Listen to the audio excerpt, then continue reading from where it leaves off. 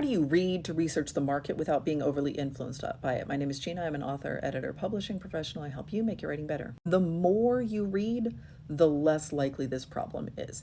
The problem comes in if you have only read, like, let's say one author, but you've read her book series like 7 times in the last 3 years, and you're like, I desperately want to be a writer just like her. I am so impressed by what she has done. But that's the only story you know. That's the only story that you've read as an adult, and so that's all you know about the market. That's when you're going to be overly influenced by an author or a story or a trope because you don't have any other inputs.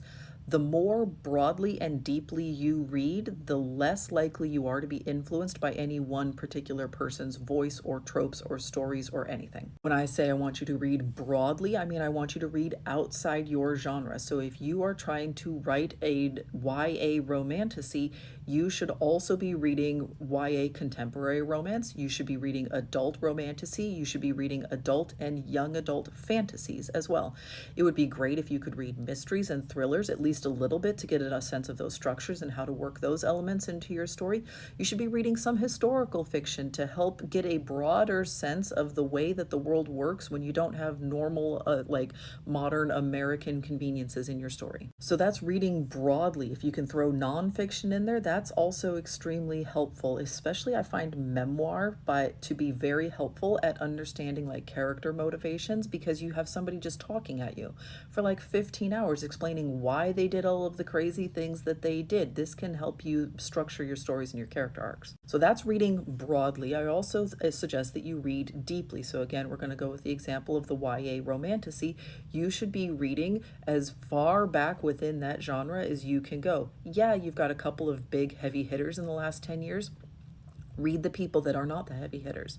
Read the ones that didn't do well and read reviews and figure out what people didn't like about them. Read the ones that won awards and have excellent reviews but just didn't hit and aren't huge commercial successes. Are there any real substantive differences between that and the ones that did hit hard? Probably not that big of a difference, because you can't predict how you're going to be able to capture lightning in a bottle, and that's what a lot of times the big mega bestsellers are, just capturing lightning in a bottle.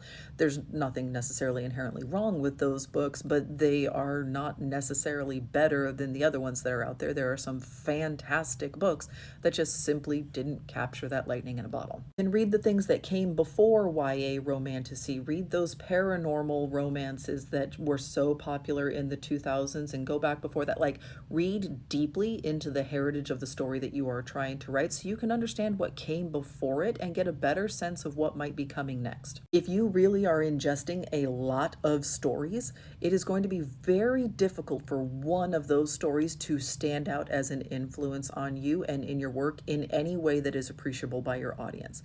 All of these stories will become the fabric of your imagination, and you will end up coming up with something totally new and unique and fun and interesting because you are so well informed on what the market is.